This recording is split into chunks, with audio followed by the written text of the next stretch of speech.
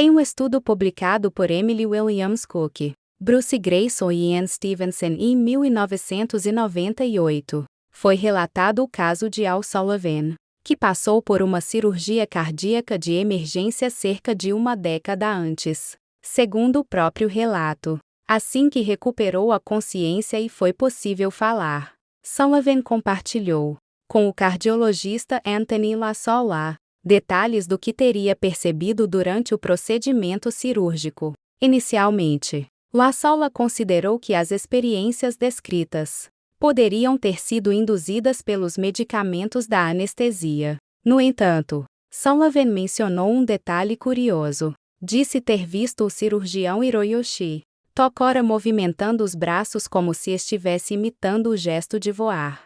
Nesse momento, de acordo com Sullivan, o médico LaSolla demonstrou surpresa e questionou como ele sabia disso, ao responder que havia visto a cena, enquanto parecia flutuar sobre a própria mesa de operação. LaSolla explicou que aquele movimento era característico de Tokora, por já estar com roupas e luvas esterilizadas. O cirurgião posicionava as mãos sobre o peito e utilizava os cotovelos para indicar instruções, evitando assim qualquer contato indevido com a área do paciente. Bruce Grayson entrevistou LaSolla para obter mais informações. O cardiologista confirmou que aquele era um gesto peculiar de Tokora e que não conhecia outros cirurgiões com o mesmo hábito. Como a cirurgia havia começado com anestesia local, surgiu a hipótese de que Sullivan pudesse ter presenciado a cena ainda consciente. No entanto, ao ser solicitado a descrever em detalhes o que viu, Sullivan afirmou que a visão ocorreu quando seu tórax já estava aberto e afastado por suportes metálicos. Ele também relatou ter visto 2 outros médicos trabalhando em sua perna, o que o deixou confuso, já que acreditava que a intervenção era exclusivamente no coração. Mais tarde, ele foi informado de que os cirurgiões estavam retirando uma veia de sua perna para realizar uma ponte de safena, essencial para restaurar a circulação sanguínea adequada no coração. Olá pessoal, sejam bem-vindos ao nosso canal Espiritismo Nova Sociedade.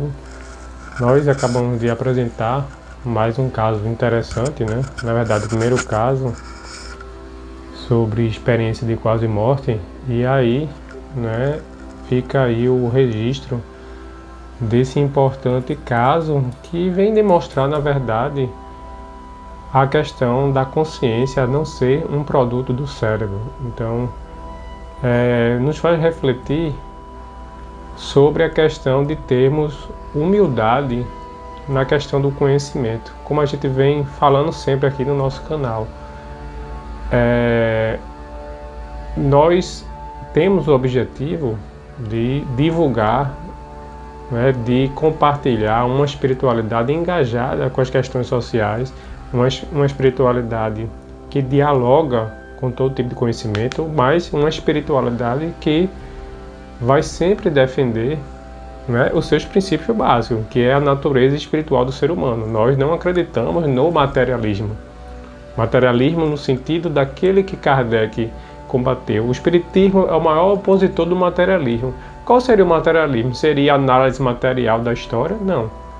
Que é interessante para a gente entender a sociedade atual.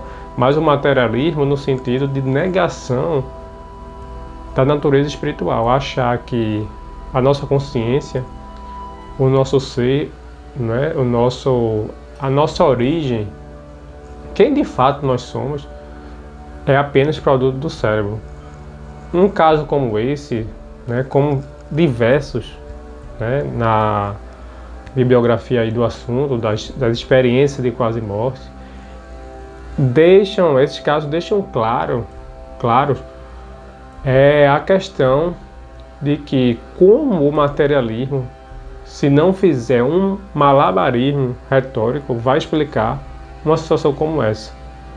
Porque o materialismo parte do princípio que tudo parte realmente do cérebro. Então, como uma pessoa vai presenciar situações que estão fora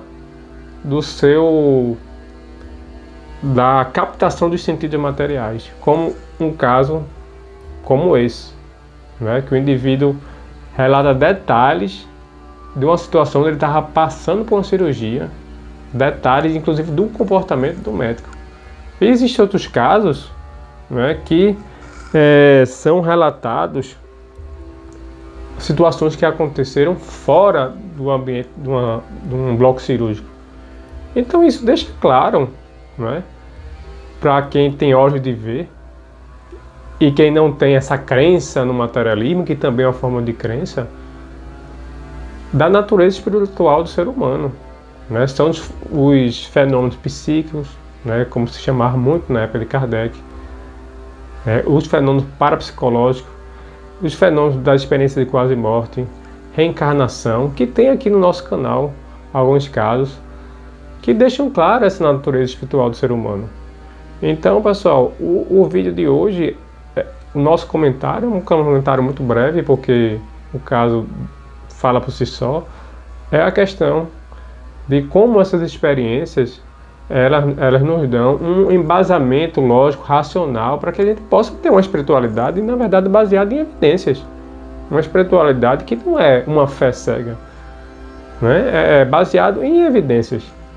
E essas evidências estão aí, sendo juntadas, né, desde a época de Kardec.